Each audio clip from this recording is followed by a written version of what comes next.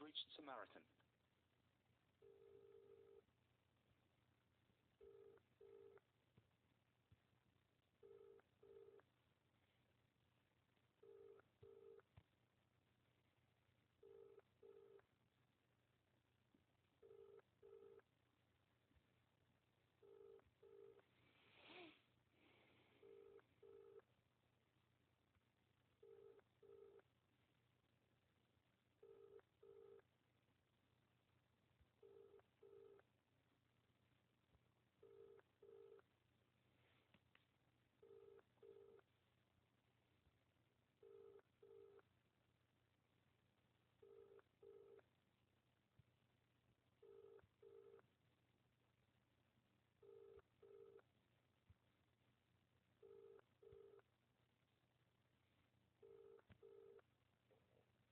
We'll be with you as soon as we possibly can. Please stay on the line.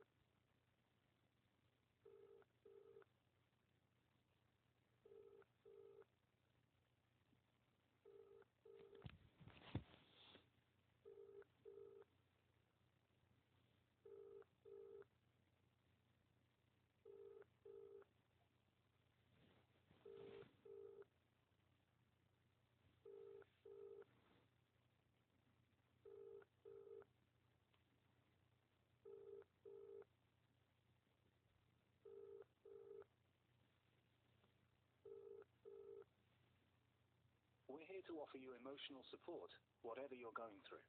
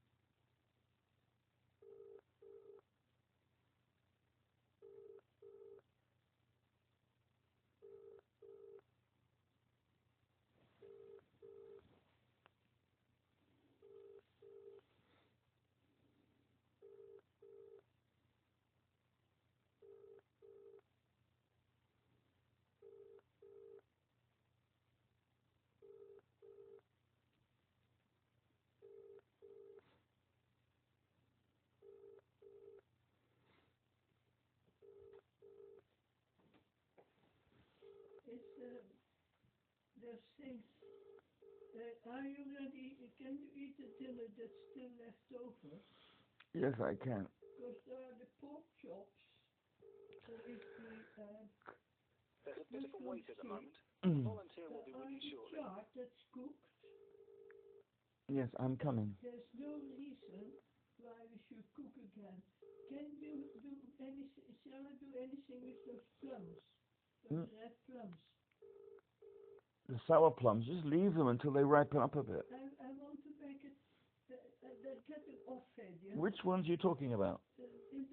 On the table. I just bought them in the supermarket. They're not old, they're fresh. Hey dear, that's my opinion that you should be very important to immediately cook them because tomorrow they'll be rotten. Well, then let them rot, because I want to see what they're like when they're rotten. Maybe they'll be finally tasty when they're rotten. Well, it's only less work for me if I don't have to do it. The green ones are good. So I shan't make the effort. But personally, I should... I want to make a pie from some of the pulp that I put into the freezer. What kind of pulp? Well, I put some plum pulp into the freezer. Oh, just wild plum. Yeah, and I want to make it... How can you make the pulp will make the pastry wet? No, because I took the juice out, so it's only the pulp. But if I see it outside... You could have put it with some corn flour to soak it up or something. If you sort and I'll see it. I'll put it in. I could maybe use some of those baking trays I found. Through to a volunteer now. I don't. I Well, have Can I help you? Oh, God, no. One moment, please.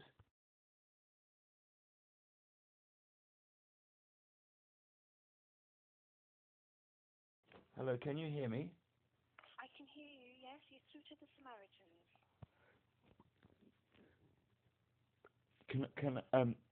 Before I speak, can I read to you one sentence that might help clarify my call? Yes, of course. I'm in Northern Ireland, and we have our own version of Samaritans in Northern Ireland. And they won't speak to me because they say that I'm I don't know how to put it. Okay, so the lady refused to speak to me because I'm trying to kill myself, and I don't understand why she would refuse to speak to me on the grounds. She said she was pro-life, and therefore if I wanted to kill myself, she wouldn't speak to me. But if she's pro-life, I always thought why would the Samaritans want to speak to people who don't want to kill themselves? Surely the job of the Samaritans is to speak to people who want to kill themselves. Lots of people call Samaritans with all sorts of reasons. But are you banned from phoning the Samaritans if you want to kill yourself? No. Well, Absolutely not. But this organisation called Lifeline in Northern Ireland bans people. They say that they're anti-suicide line, but then when you phone up and say you want to kill yourself, they say you can't. You're banned, and they put the phone down on you. I'm just very confused. I'm very confused. I've never heard of that organisation, I'm afraid. Yeah, they're the Northern Ireland version. Let me just give you the. I spoke to. I have a brain injury, but this is what the AI said. Sorry, you're coming and going a little bit. Okay, I'm sorry. Let me come closer. Go to the window because I don't have a good signal here. It says. It's a signal problem. Yes. So I will just read out to you some notes. It says clarification, assisted dying and accountability. Refusal to engage with my assisted dying inquiry reflects a misunderstanding of what the certification process entails. Assisted dying certification is not a non-pro-life or life-ending procedure. On the contrary, the process requires full medical documentation and independent review. It exposes withheld or mismanaged treatment, including incompetent health workers who fail to offer appropriate care, and greedy or nepotistic health workers who restrict services to friends and family. By systematically reviewing all relevant medical records, independent assessors ensure transparency and accountability in healthcare provision. Thus, assisted dying certification protects patients and enforces medical accountability rather than circumventing care. Lifeline's refusal to provide guidance or signposting denied me access to a process that could reveal any withheld or misallocated treatment. So, I mean, this is what I'm trying to say. If I say to somebody that I have to die because I am disabled, then I have to die because I am disabled, because there is no treatment. So if you say that, you can't just say, oh, well, we're pro-life, you can't talk to us. Why can't they talk to me about not being able to access medical care? I'm afraid I can't answer for that organisation. I don't know them. But I understand that, but I'm just talking in general about my life. I cannot find anybody to discuss my missing medical treatment with. So, as you said, you live with a disability? Yes, I've got brain injury. Right. discuss things with your GP? No.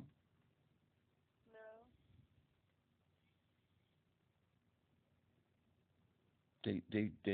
They're bad people. They endanger my children. Right. And so the last GP I had, I, I, what's the word?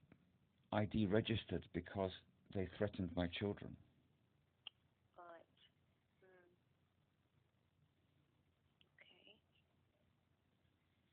Mm. So this evening you've called Samaritans here. Yes. And After having spoken to Lifeline and had the phone put yeah. down on me after 10 minutes. Yeah.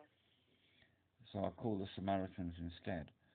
My problem is that particular person makes me feel more like killing myself than less. Sorry, you're breaking up again. I'll try to hold the phone in a different... The Maybe if I... signal keeps coming and going, I'm afraid. What's it like at this point in time? That's a little better. Well, I think if I don't hold the phone, maybe it's better. I'm just balancing it on the window handle. Okay. Sometimes perhaps when people move around, the signal changes. I think it's because of my hand. I have a brain injury, and so I can't control my muscles. And maybe my hand kind of gripping the phone or moving it over the phone fiddles with the signal. How has it been since I haven't been holding the phone? That's much more stable. Do you know what I'm going to do? I'm going to have like some kind of device hold the phone and not my hand in future. Yeah. Yeah. Yeah. Yes, So if it's static, it seems to be clearer. Yeah. so my problem is that there's no medical treatment, and there's no medical treatment either because the medical workers are incompetent and don't know where to find it. There's no medical treatment because it doesn't exist, or there's no medical treatment because the workers are nepotists and greedy and keep it all for themselves and their friends and family. So there's various reasons why I possibly can't access medical care. That must be quite challenging for you. It is. And one of the bad things is that I'm very, very antisocial. And we have a lot of propaganda in the media about how our rulers have zero tolerance for antisocial behavior. And people don't like antisocial behavior people anyway. And so as an antisocial behaving person, people are just going to dislike me anyway and just try and get rid of me. So why do you think you're antisocial? Because I had a brain injury. But you seem very sociable to me.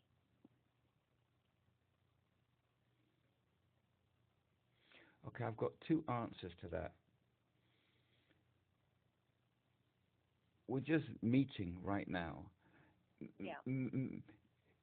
So possibly the people who I associate with in my life are people who find me antisocial. And I think it could possibly be that you're too good, because decent people wouldn't have wanted to have anything to do with me. And the people who help me in my life tend to be people who are drug addicts, people with sexual problems, illegal immigrants, people who are illiterate, people who are disabled, marginalized people. And so those are the people who I tend to associate with, because they're the only people who can provide me with any care, like cooking or washing my clothes. Yeah. And so I'm always, and I forgot what I was talking about. I can't remember. We were talking about antisocial. Yeah, you said I wasn't. You thought that I was okay. And so one is that the type of people I associate with um, that that there's some kind of something in the relationship there, and good people, they don't want to have anything to do with me because I would drag them down, and I can't. People can't take me somewhere and say, "Oh, look, here's my disabled friend," and everybody cheers. Well, hey, he's got a disabled friend, jolly good, and give him a pat on the back. It's like, oh God, he's coming with that terrible disabled cripple again. How embarrassing! Don't invite this person to our meetings because he's going to bring that rotten disabled person with them. So the thing is that the good people of this world, they don't want disabled people to be brought along because they're embarrassment. It sounds as though people are very discriminatory. But I think that's just natural.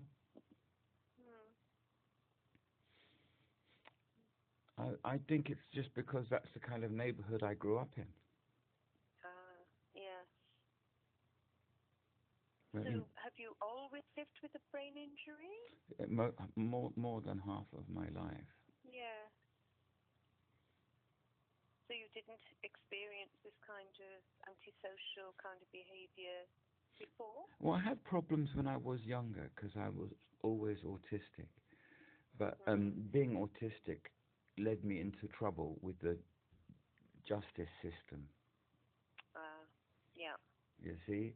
And so I couldn't form relationships because of that. And so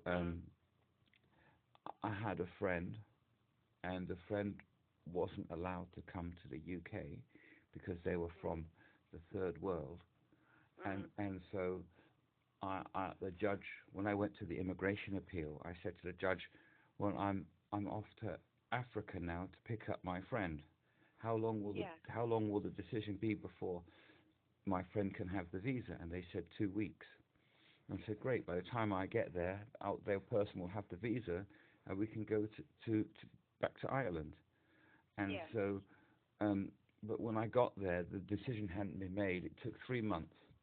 And then by the time I got the decision, I ended up in a coma with malaria because I wasn't taking prophylactics, and ended up with a brain injury because of that. So the autism meant that I was unable to communicate properly with the immigration judge. I didn't realize that immigration judges had any right to deny people access to their friends.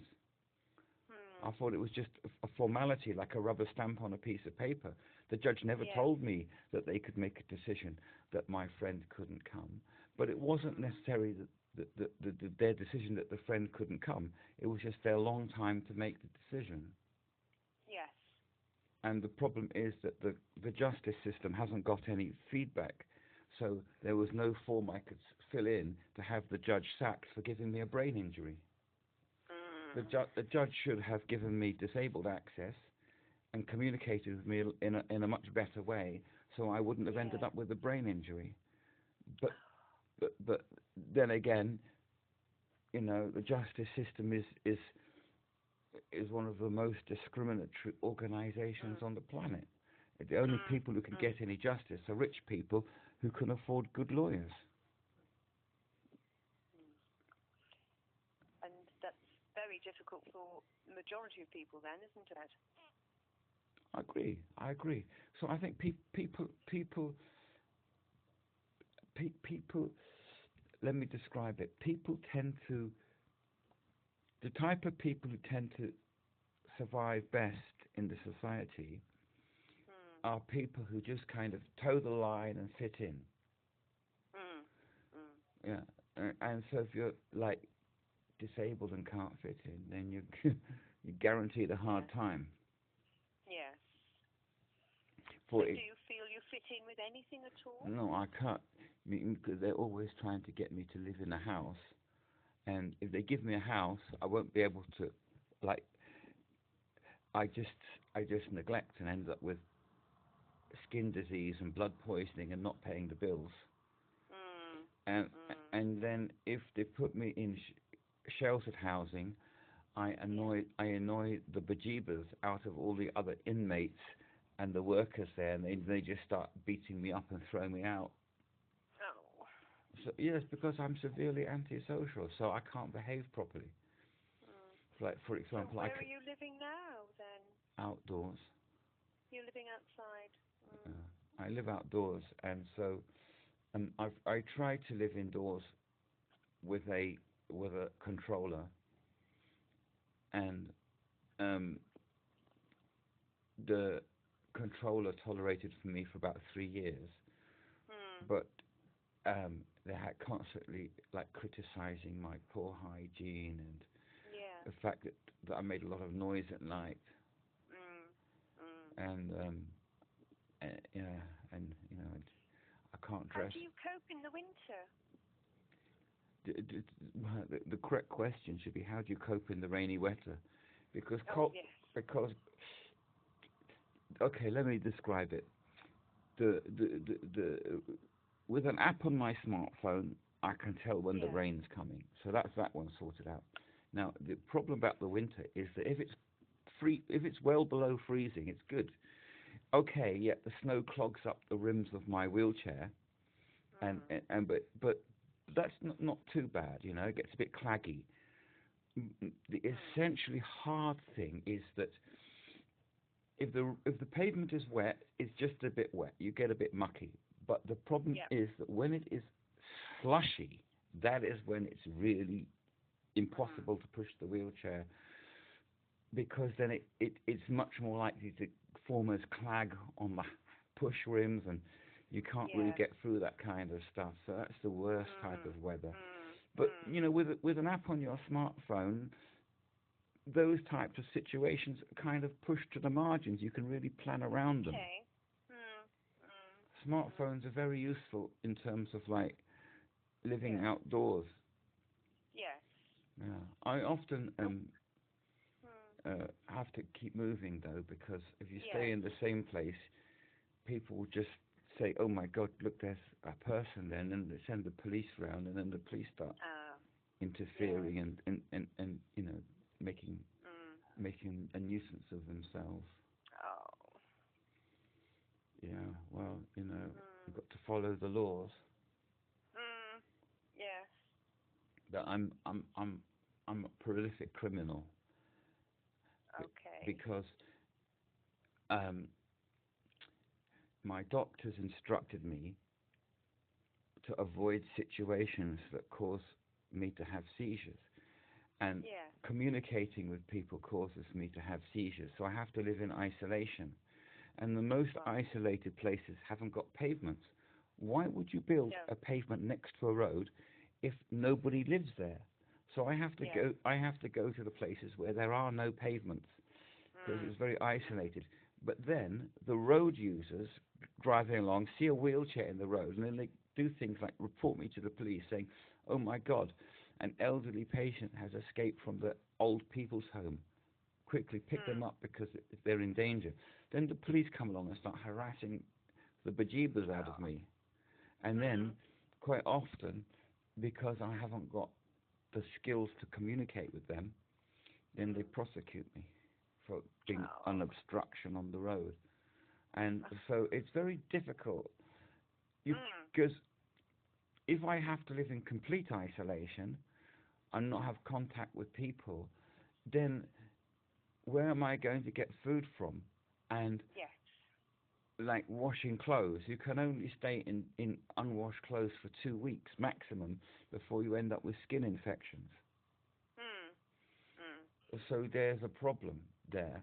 That and I would say, being a wheelchair user, that I just end up not going to the remote places that my doctors recommend, because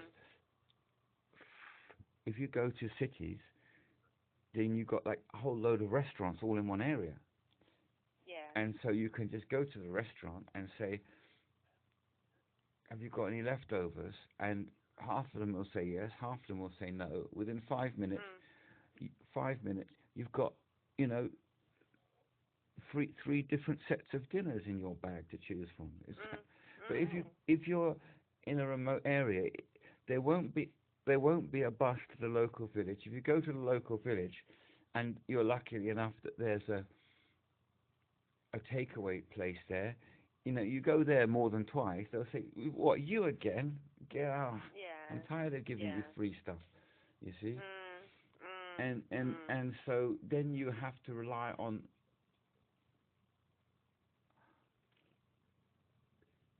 people in houses, and they're not businesses, and I don't feel that it's appropriate or right to call on private residences asking for food, because it's kind of very threatening.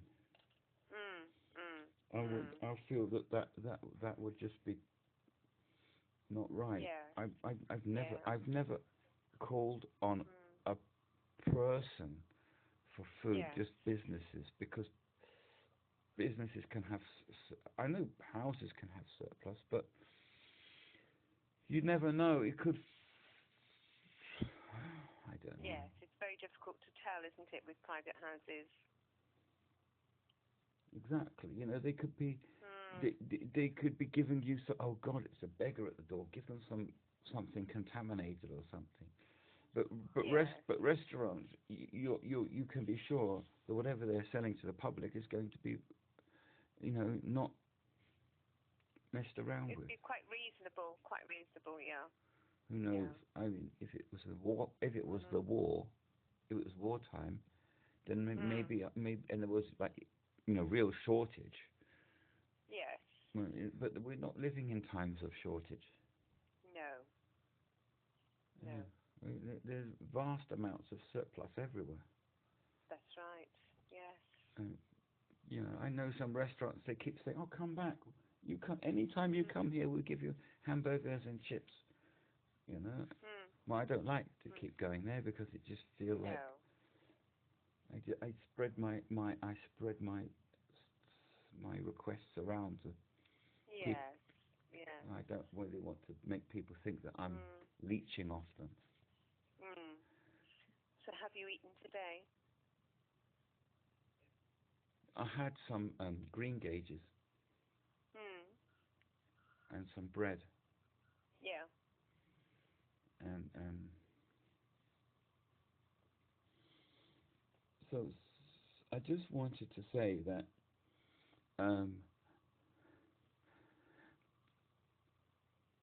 the two kinds of medical treatment that I've been looking for are, one, I need a proper wheelchair that I can use outdoors because I'm always outdoors.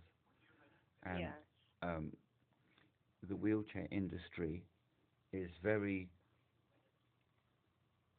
I want to talk about something, if you've got a moment. I have got a moment, yes. Okay. Walking speed is 6 kilometers an hour. But the wheelchair industry doesn't make wheelchairs that go more than jogging speed, which is 15 kilometers an hour, a brisk jog. The reason is that I discovered after 20 years is that if you have an accident at higher speed, your injuries will be more severe, and therefore the wheelchair company can be sued for a larger amount of money. So when you go to occupational therapists and to shops to buy wheelchairs, they will never speak to you about this secret hidden fact. And so it is a secret hidden fact in the world of wheelchairs that you can't get a wheelchair that goes more than 15 kilometers an hour. What's that, about 8 miles an hour? I don't know, 7, 8, 9, 10? I'm not sure. Well, I get my wheelchair up to 24 kilometers an hour, 15 miles an hour, say. Gosh. And it can go faster if I have the right engineering input. But the wheelchair industry are extremely averse to being sued because they've got a business to run, and if somebody sues them, so they will never talk with me about having a wheelchair that goes at the speed that I want it to go at. And so you have your life ruined. Your life is not necessarily ruined by the fact that wheelchairs that go at the speed that I need don't exist. It's ruined by the fact that the people who work in the industry won't communicate with me about the fact that the type of wheelchair I want doesn't exist. So I'm forever getting into trouble with people trying to ask for something that doesn't exist, and they don't want to communicate with me about the fact that it doesn't exist. And so then I end up not being able to make myself understood, and I start having seizures. And and I'm really not sure why they have to be so secretive about the fact that the wheelchair I want doesn't exist. It's either that they're not fit to practice and don't even realize that, or that they know it and they're still not fit to practice because they're withholding that information from me. There could be a variety of reasons. But the fact is that the conversation never goes into that point of the discussion which I'm discussing with you right now. And so that's the part of the problem with my mobility, is that I can't push standard wheelchairs because they can't go at my speed. Yes. I can't push them at the slower speed. No. Because and I can't push them at the higher speed. I'm going at some kind of speed, and the casters are wobbling everywhere. So that's that problem. And then the other problem is that I have to have a guardian, because when I get into trouble with the authorities, I'm not entitled to any kind of legal help. If I go to the Citizens Advice Bureau, I will start having a seizure, and they don't know what's going on, and then they'll just throw me out for having antisocial behavior. And exactly the same if I try to speak to a lawyer, they will say that my questions are not legal questions.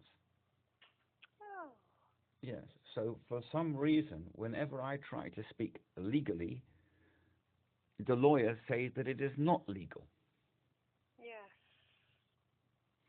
Okay, and so it sounds as though you've got a real tough things going on for you. Because what I believe possibly is this, is that lawyers know the law. The law is a book. The book was written in the past.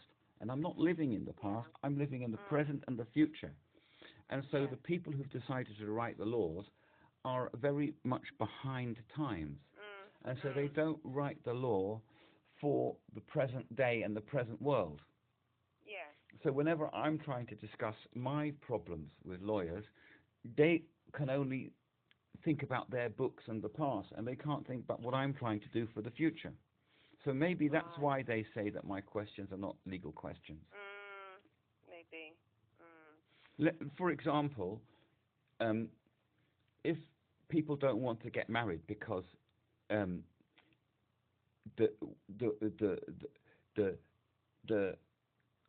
women don't want to have a drunken husband coming home in the evening, beating them and demanding their dinner. Yes. And they will then sue their husbands and steal the house and leave the husband with barely the shirt on his back. Yeah. So the judges write their laws for divorces and stuff like that. Yeah. But if people don't want to get married anyway, because they know that the law says that they're going to lose everything anyway, because so what's the point of having lots of laws that discriminate against marriage? That then means that nobody's going to get married anyway, because the laws are all against it. Yes. So I'm just saying that the whole concept of law is like it's just, it pushes everything away from what law is. Yes. So when I got sued for divorce, and I said I wasn't even married, and I told my lawyer to fight for that and get a declaration I was never married, and he just ignored me, and he pushed me through a divorce hearing that I just completely disagreed with. And I said it was because the person that they were alleging I was married to, I said they hadn't received any training in how to look after a person with a brain injury. I told my lawyer, why don't you focus on that instead of some divorce? And they couldn't do that at all. They couldn't work in the present. The lawyer could not understand why I ended up with this particular individual. And there was nothing in those proceedings that represented the reality. Everything represented some fictitious marriage which never happened. Yeah. I gave the lawyer £400 to write an inventory of what was in the house. I never got the inventory, and I never got the contents of the house. So what was the point of all of that? Why was I made to pay £400 for something that was pointless? Yeah.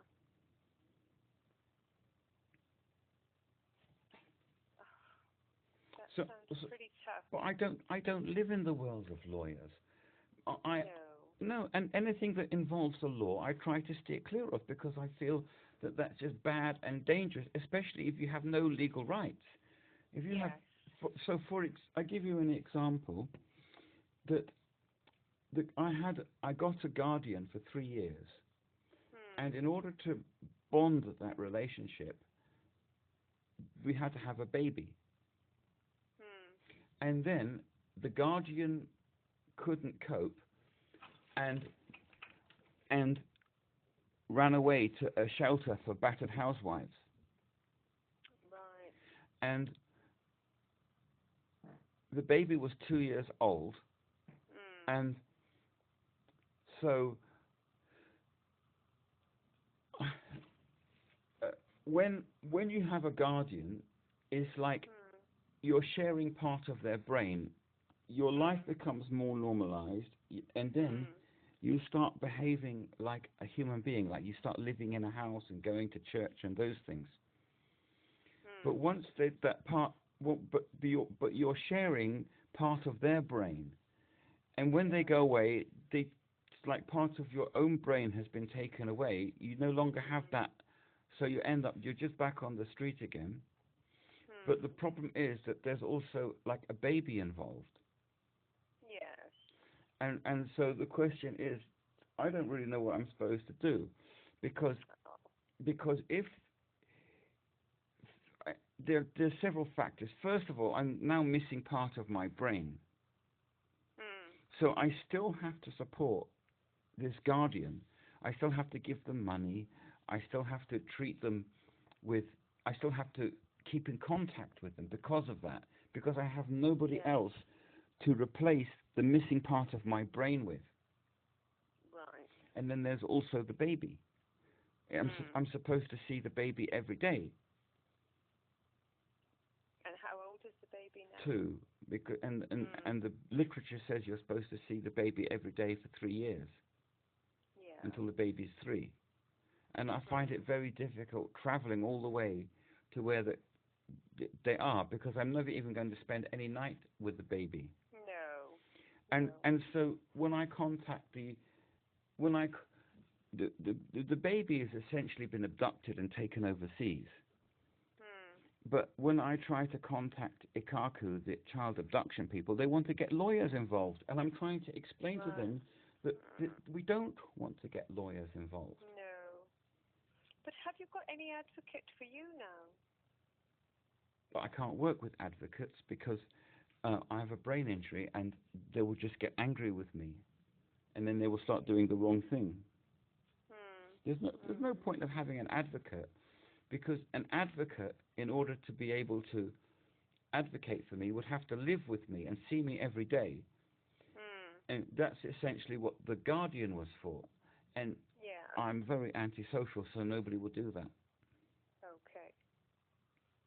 But you're having quite a sociable conversation this evening. Well, maybe you can't see me, or you can't smell me, or... No. The man on the train yesterday said to me, I stank, and he said to me, look at you, you don't even have any teeth. And I said, I've got teeth, my teeth are just short. And he was just saying to me, I've got more money than you. And I said, you don't know my name, how do you know how much money I've got? And the guy, I don't know, I had to go, and I said to him, can you put, he said, I said, why don't you go away? Because this is like the wheelchair section of the train, and he wouldn't do it. And so once the train moved a few more stops and passengers got out, then there were some other spaces free, so I moved. But the problem is that I'm always targeted for abuse, because people can see I'm vulnerable. But in terms of my medical treatment, the wheelchair and the guardian that I need, um, I find it very difficult to access those forms of medical treatment because they either don't exist or they're hidden. And in my fantasy deluded mind, I can't see, in terms of them not existing or being hidden, I'm really struggling to make a determination about exactly what's happening. I can't work it out. If somebody has a brain injury and they need a guardian and the guardian needs training, why can't you get that training? Nobody will tell me where the training is. I keep asking, where's the training? Where's the training for my guardian? I'm a brain injured person. How can a brain injured person be expected to find training for a guardian? Yes. It's a very difficult job. It is. So why are brain injured people expected to do that? Why are brain injured people expected to find training for their guardian when they're brain injured? Yes. And not competent anyway. And yeah, so as you said earlier on, you've mentioned your doctor a few times, but you've also said that your GP hadn't been very helpful either at different times. Pardon? So you said that your GP had threatened to take your children away. Yeah, they're always doing that. I can't stand those people. Why do they have to do that? You know, if they want somebody's children taken away, why don't they have their own? What the GP should do is go into the middle of the road, put the head in front of a bus, let the bus drive over the head, and then have their own children taken away. Because then you will know what it's like to have your children taken away. But just don't do it to other people, please. It's completely wrong that they should live in the life of luxury, receiving a salary from the government, whilst the people that they're supposed to look after are being abused.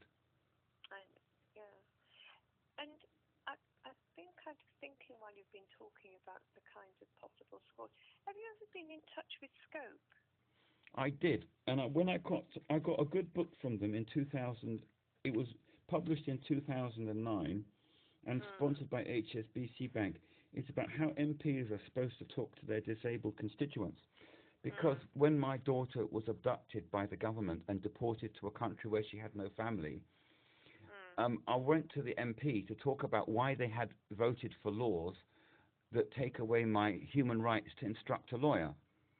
Yeah. And I explained to the security there that I had a brain injury and I was likely to have a seizure trying to communicate. They said, that's okay, sir, we have disabled access.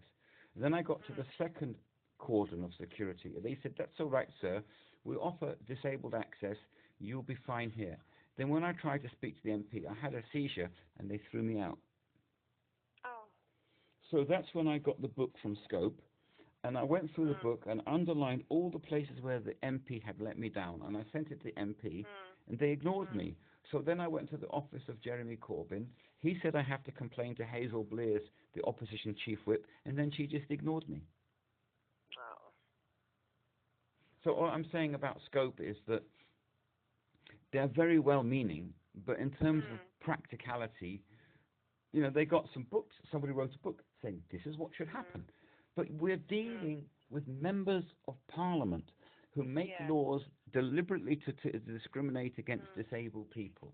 Yeah. And But Scope now actually has a helpline as well. Really?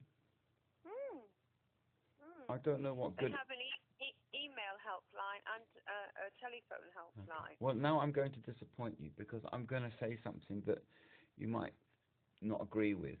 Is that there is natural order in the planet. It's called evolution, and the people and the members of any particular species which are weaker, their genetics will not survive to the next generation. And so there's this natural order within each particular species. And I feel that no matter how many well-meaning books or people work for Scope, the bottom line is that the fact is that you're disabled and it's just not going to work. I know that's a very defeatist attitude to have, but I had a brain injury for 35 years, and that's my experience. Yes. Yes. I think that it's if you're disabled, it's always going to be an uphill battle, Okay. Yeah. Yeah. especially if it's your brain, because Mm. Mm. and it affects your speech. Like for me, Mm. my brain injury affects my speech because when I have to talk about anything difficult, that's when my speech just collapses Mm. into antisocial babble. And so the You've been very articulate this evening. I behave you've been a tolerant type of human being, but Ah. and maybe you're just not a snob. I Um, hope not. yeah, well, I think a lot of people have to behave like that in life in order to be Mm. successful. Mm. They Mm. have to hang out with the in crowd. Yeah. But I was just trying to say that that having a guardian can help you become Yes. more normal, Yeah. but it it puts a lot of pressure on the person Mm. who's trying to Mm. support you to be normal, and the Yeah. support that they would need doesn't Mm. exist. There's nobody who sat down and wrote a good philosophical book on on Mm. on guardianship Yeah. and supporting the things. There's, because what they're essentially doing is supporting an, a person in society who's considered Mm. unaesthetic and a burden, unaesthetic and a burden and a nuisance, Yeah. and like Adolf Hitler had the good Untermensch, subhumans. Mm. Mm. See, that's how they were described, and Yes. um, and even though we're not living in that those in a world of those kind of very blatant and harsh terms, Mm. the the undercurrent of that philosophy is the natural Yeah. order, and a lot of people adhere to it, whether they're Yes. conscious of it or not. Yes. Yes. And so Yeah. um, I know so many people, disabled people, all they can do is mask, is they hide their disabilities. Mm. Mm. Just, they just feel a lot. People get a lot of comfort from hiding their disabilities. Yes. That's They why do. we have prosthetics, false Mm. eyes and false ears and wigs and stuff Mm. Mm. to cut, Mm. so that people cannot, people just constantly normalize. And Yes. when it comes to old age, you can't hide things so easily. No. As you get older. Mm. Yes. Yeah. I want to use this telephone call in a productive way, Okay. and um, I'm it, it, it it's very hard to look after an untrained guardian who Mm. lives a long way away, Yes. and I have to sit on the Eurostar train for like 5 hours to get Mm. there, Mm. and that costs a lot of money, Yes. and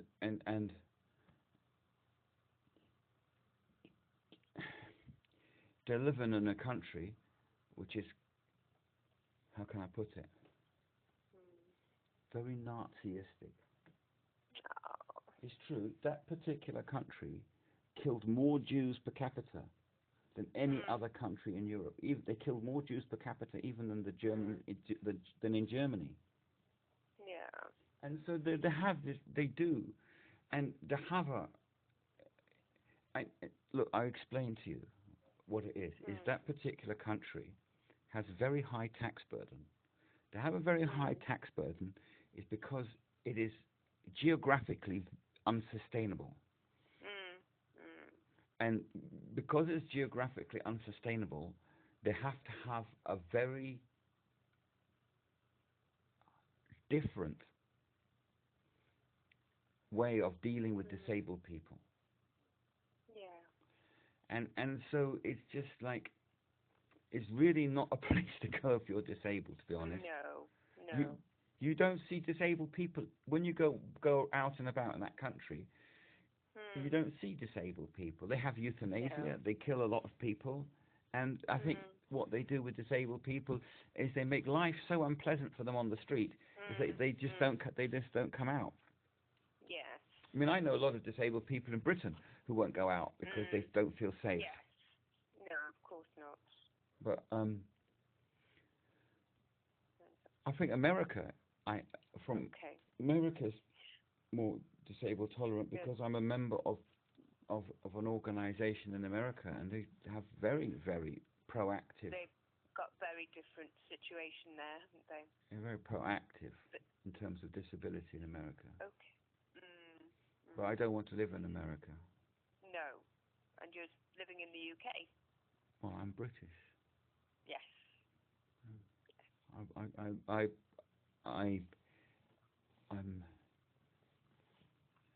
don't know. That's me. Yeah. I can't be somebody else. No, you can't be. You have to be yourself. I've been to a lot of countries, but I've never ever felt that I wanted to live anywhere else apart from Britain. No. It's got things that are deeply part of me. Yes. Yes. But I've talked about my euthanasia efforts right at the beginning of the call, and I've talked about struggling to get a wheelchair and a help for my guardian. Yes. Those are the real problems I have in my life. And I appreciate you giving me the time to talk about them. Thank you. Oh, bless you. I hope that I hope that I'll be able to see things more clearly now. But as I said, that it's like being disabled is an permanent uphill battle. Yeah. But I hope having had some time to talk things through helps a little. It does sometimes. Sometimes you do afterwards get some springs of inspiration. Yes. Today I spent the whole day fighting with the wheelchair service to fix my wheelchair. They just make me feel like a subversive, to be honest. Yeah. They make me feel like I'm a what do you call it? I'm a resistance fighter. And sometimes you have to be. But they just make me feel deluded half the time. But thank you so much for talking with me. Good. I'm glad you phoned. And by the way, I'm Beth. I'm Harry. Hello. Hi, Beth. We've been talking all this time. Yes. But it's been a real pleasure talking to you this evening. Thanks, Beth.